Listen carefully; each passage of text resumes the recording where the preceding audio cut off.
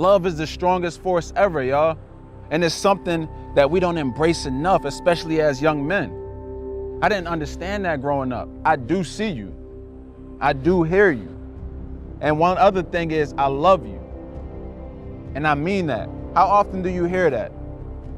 Be honest with me. Anybody? Not a lot, right? 2 years ago, me and my fiance, we down in DC for a mental health conference. And it's nothing but black professionals there, right?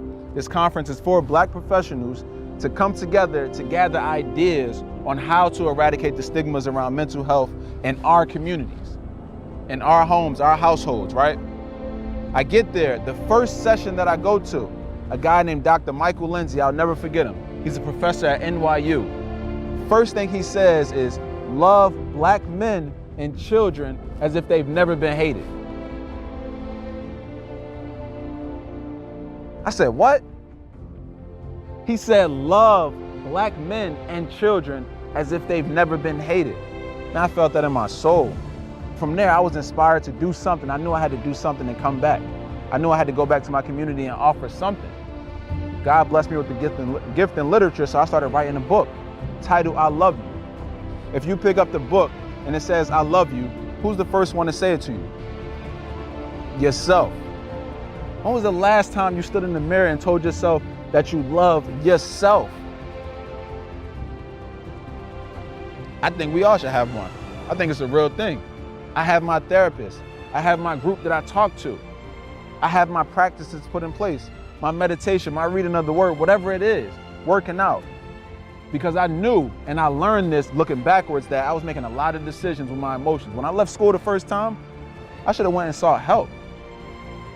I was making emotional decisions, just throwing scholarships out the window. Full ride scholarships too. Like I ain't got paid for nothing. Because emotionally I wasn't right. And I understand how important my emotional wellness is now. Don't make decisions from your emotions. They're bad drivers, literally they're bad drivers. You'll crash every single time. And then you'll have regrets, and you don't want to live with regrets. Society, and this pains me to say this, you're seen as a problem before you're seen as a person, as young men. So when things come your way, when challenges come your way, know who you are. Identify with that king status. You're not a problem at all. You may have had some trouble, you had some difficulties, you got to learn some lessons, but ultimately you're a king. It's love all around you, man. You just have to start loving yourself. Get in the mirror tonight. Get in the mirror tonight. Look at yourself in the mirror. I'm not joking. Do this for real. It works.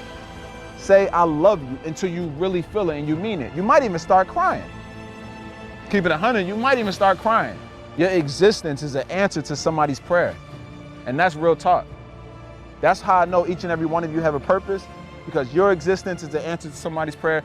Your existence is the answer to somebody's prayer. My existence is the answer to somebody's prayer. And realize this too. Your lack of commitment is disrespectful to everybody that believes in you. I'm not saying this to take jabs at you, take shots at you, anything like that. But if they coming out here giving you their time, their energy, things they can't get back, I know they got families they want to get to. They're giving you their time and their energy, give that back. Because your lack of commitment is disrespectful to them. So respect them. Show up for them. Show up for yourself. But please do this, because this changed my life. A friend shared this with me and it changed my life. I started crying tears, bro. He said, look in the mirror. Look in the mirror. Look yourself in the mirror and say, I love you until you mean it. Don't say it and walk away. Say it until you mean it. Tell yourself that you love yourself. How many times do you really even do that? If ever. Never.